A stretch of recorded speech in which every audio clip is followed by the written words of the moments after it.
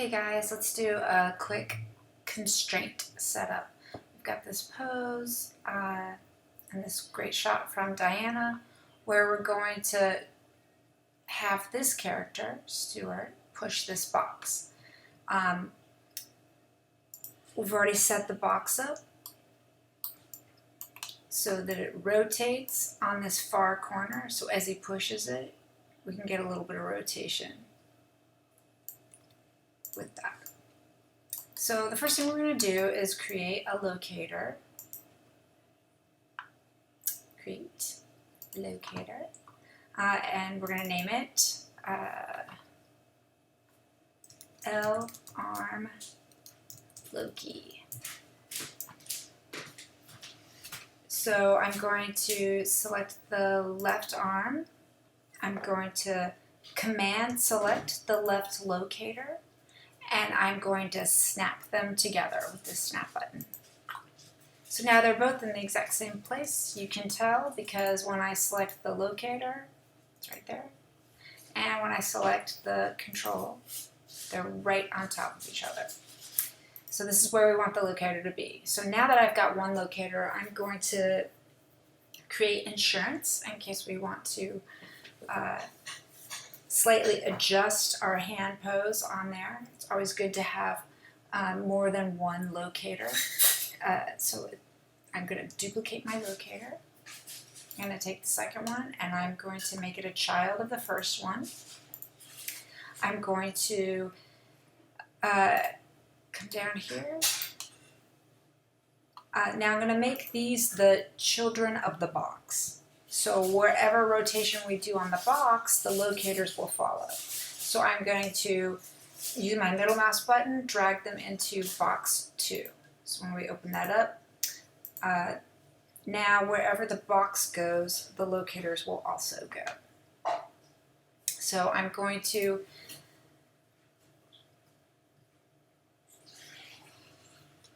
select the bottom locator, and then I'm going to shift select the left arm, and I'm going to constrain, parent constrain, with maintain offset on, translate and rotation checked, and I'm going to go ahead and add that.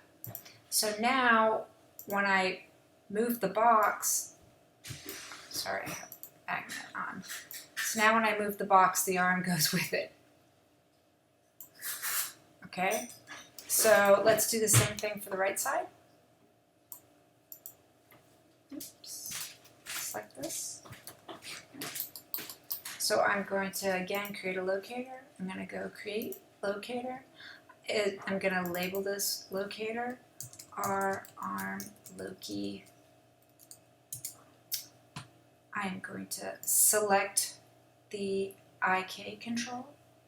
I'm going to command select the right arm locator, and I'm going to snap them together. Now they're right on top of each other. So I'm going to take this right arm locator and I'm going to duplicate it by hitting Command D. I'm going to take the second one. I'm going to, using my middle mouse button, drag it into the right arm locator. So now they're together. I'm going to take the top one and I'm going to, with my middle mouse button, slide it up to box 2, so it now also is a child of the box. So we're going to take this last locator over here, and I'm going to hit Shift Select and the right arm IK control. And again, I'm going to go Constraint, Parent, with Maintain Offset on, Translation and Rotation selected, and I'm going to add that constraint. So now when I select these IK controls and I hit S, you'll see we have a blend parent channel for them. So when the blend parent is on 1, that means that the constraint is set. If we want to, after pushing the box, turn the constraints off, we'll switch this channel to 0. You're going to want to do that over 1 frame. Okay, you don't want to have that happening over several frames, because then it becomes really difficult to control the poses and the arcs of the arm if the constrain is turning on and off over several frames. You want it to pop from one frame to another. So say we get to frame 40. I'm just going to do an example here. So I'm going to save this scene. So now the box is responsible for moving the hands. Okay. So when he first starts, we're probably going to want to have the box a little bit closer, so we have some bend in the arms of the character, right? So it's super important that when you do your posing, drag select, make sure you're selecting all your controls on your character. Minus, so I'm going to hit control and minus this placement control because we don't want to be putting keys on that. So we're going to have keys here, but then we also want to have a key on this box, because this box and these locators we might have keys on too, especially if we're shifting the position of the hands around on the box.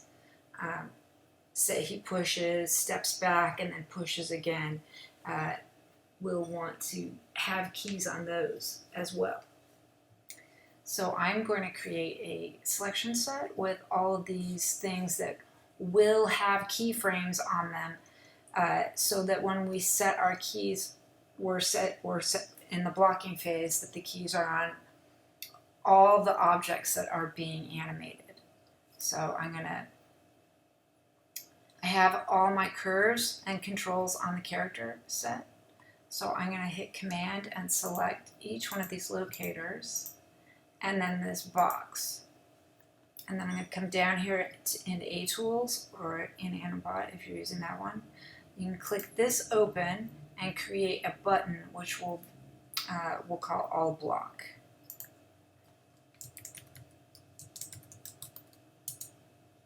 So now when we set a key here, we're setting a key on everything that makes up our poses. So say we go to frame 20, I'll hit a key here, and say in this case maybe all we've done is move the box forward a little bit because he's exerting.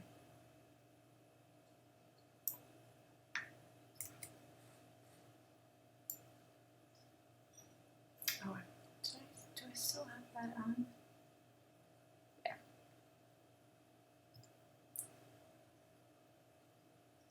Yeah, it's on step key. Great. So now perfectly we're on step key, which is great as well. So you want to remain in step key while you're doing your blocking phase. So this is how everything's set up. Remember to turn your constraints off. Say at frame 20 we wanted to take these arms off here.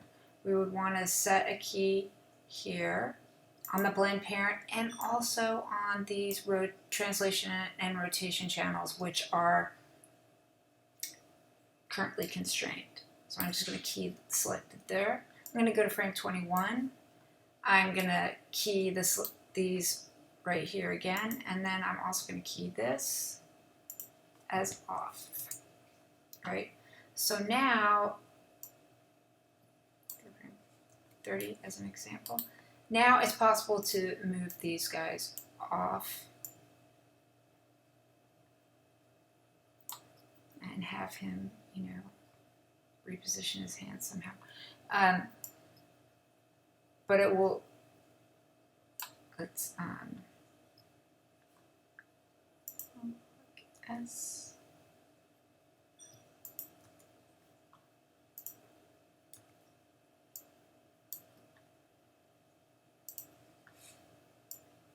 So now it's going to be a smooth interpolation. So just remember when you turn your constraints on and off to pop it over one frame. And if you adjust the arms or the animation going into or out of your constraint, you'll want to go back. I'll show you how to do that later. But you're going to want to go back and turn the constraint on again here. So the constraint won't be on here. You would go back to this pose, turn the constraint back on, and resave this key and this key so that the interpolation will be smooth. That's if you change this pose later on. I hope that makes sense. If you have any questions, please let me know. You guys all know my email, and I hope this helps.